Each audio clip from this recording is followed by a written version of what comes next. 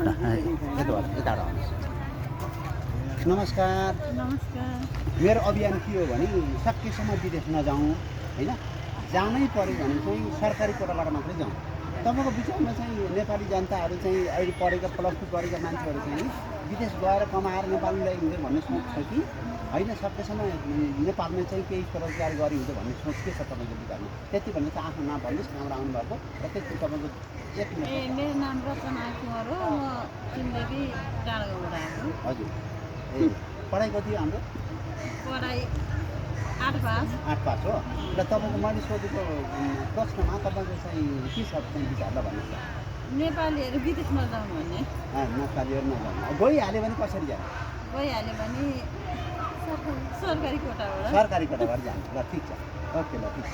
तपाईँको विचार कस्तो लाग्यो त? मैले भनेको तपाईँ हजुरको शुभ नाम भन्नु। नमस्कार, मेरो नाम रमला। हजुर सप्तक हो। हजुर।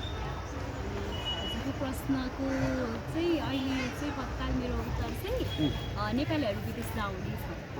किनभने सरकारले केही गरेकै छैन। अनि अब हामी जस्तो अब म पनि जाने तयारीमै छु होइन, अब त्यो अप्सनै छैन कि हामीसँग पनि। एउटा मिडल क्लास फ्यामिलीबाट हामी आउँछौँ होइन, अनि त्यसपछि पनि सरकारले हामीलाई केही अपर्च्युनिटी दिएकै छैन, केही विकास गरेकै छैन। त्यसको त्यो कुरालाई मध्यनजर गरेर चाहिँ म चाहिँ विदेश जाउँ नै भन्छु। कुन ठाउँमा तपाईँ जानेको कुन ठाउँमा जाँदै हुनुहुन्छ चाहिँ?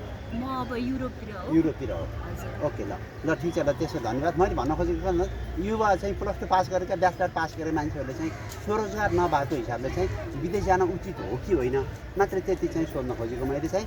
उचित हो भने चाहिँ होइन, गइहाल्यो भने कुन तरिकाले जाने, म त्यति मात्रै चाहिँ बुझ्न खोजेको। ल ठिक छ, हजुरको शुभ नाम? नमस्कार। नमस्ते, मेरो नाम रबिना कार्की, म झापाबाट। हजुर।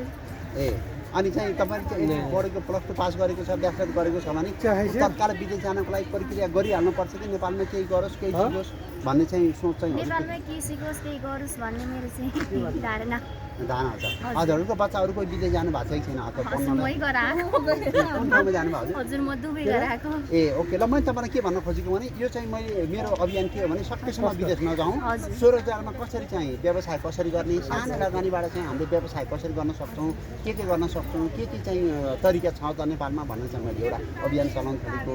जानै पऱ्यो भने सरकारी कोटाबाट खोल्ने भनेको एउटा इजरायल छ, सरकारी कोटाबाट जान पाउनु, पास भएर जानु पऱ्यो। अर्को चाहिँ छ कोरिया। अझ कोरिया भन्दा कोरिया अझै गाह्रो छ, कोरियन भाषा पढेर पास भएर बल्ल धेरैजनाको कम्पिटिसन भएर जानुपर्छ। तर इजरायलको लागि के छ भने इङ्ग्लिसबाट चाहिँ पास हुनु चाहिँ पर्छ, तर चाहिँ हिब्रू भाषाबाट चाहिँ पास हुनु पर्दैन क्या त्यस्तो, तर 3 महिनाको कोर्स चाहिँ गर्नुपर्छ। त्यो हिसाबले चाहिँ यदि जानै पर्छ भने सरकारी कोटाबाट मात्र जाउँ भन्ने मेरो चाहिँ एउटा सन्देश हो। र यो चाहिँ हजुरहरूले लिनुहोस् है। ल धन्यवाद। ल खुसी लाग्यो। +2 पास गरेको मात्र जान पाउँछ, 45 वर्ष पुरा भएर जान पाउँछ त्यहाँ चाहिँ है। यसमा कोही नठगाउँ कोही नठग्नु भन्ने मेरो धारणा छ। ल हजुरलाई चाहिँ खुसी लाग्यो, एकदमै खुसी लाग्यो।